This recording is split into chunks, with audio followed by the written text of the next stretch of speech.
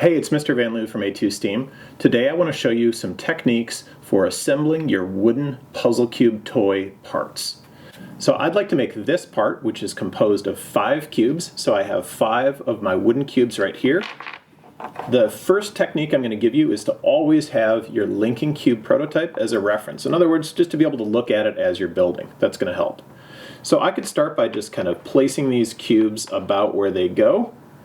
And that looks good, so those two shapes match up, that'll work. The next thing I need to think about is how I'm going to put these together. In your kit, you've got some tacky glue, and it works really nicely actually for holding these together. The one thing that you might notice is when you first get your tacky glue bottle, you can squeeze it but nothing comes out because you need to snip off the end on that. So I'm going to grab some scissors, snip off the end, and then I can get glue out of the bottle. Let me go ahead and snip that end off. And now my glue bottle will actually squeeze out some glue. So I just actually squeezed out way too much glue. So one technique that you need to know is not to use too much glue. So I just kind of push some glue onto there. Now you can spread the glue out in a few different ways. You could use your finger and spread it out and then just wash it off your finger. It's not harmful in any way.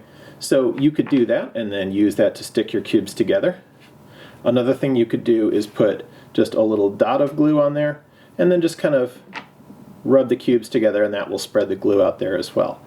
Now it is important to know how your cubes are getting lined up. So in other words, this is a really big difference in the example here. We want a nice straight line with these cubes, so if they're off a little bit, you're going to see that that's not going to work so well when you go to put your puzzle together. So you want to make sure that those cubes are nice and lined up. You could even use a straight edge like a ruler to make sure they're lined up. Let me show you. So I have a ruler right here. I can use that to just push these pieces up against there and make sure that those are nice and straight. The next technique I want to show you is how to help these stay together as the glue dries between the parts. What I'm going to do is take some masking tape. If you happen to have this around, that can be a nice way to do this. And all I'm going to do is put a piece of masking tape across there so that that will help hold these parts together as the glue dries. To make this part, I've just got to assemble a few more cubes.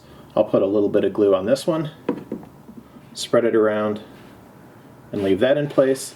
And then I'm going to spin this around, and I'm going to glue in one more cube right on the front face of this part right here. So I can set this aside and let the glue dry. It's a good idea to let the glue dry for at least an hour or two to make sure these parts are really well stuck together. Now, one thing that you might do as you start building lots of parts is want to start putting them together into your actual puzzle cube toy. Don't do that because any extra glue that's squeezed out will actually start gluing one part to the next. So for example, you can see on here I've got a little bit of glue that's squeezed out.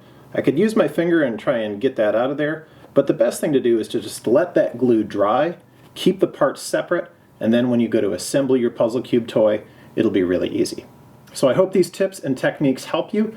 Good luck in assembling your puzzle cube toy.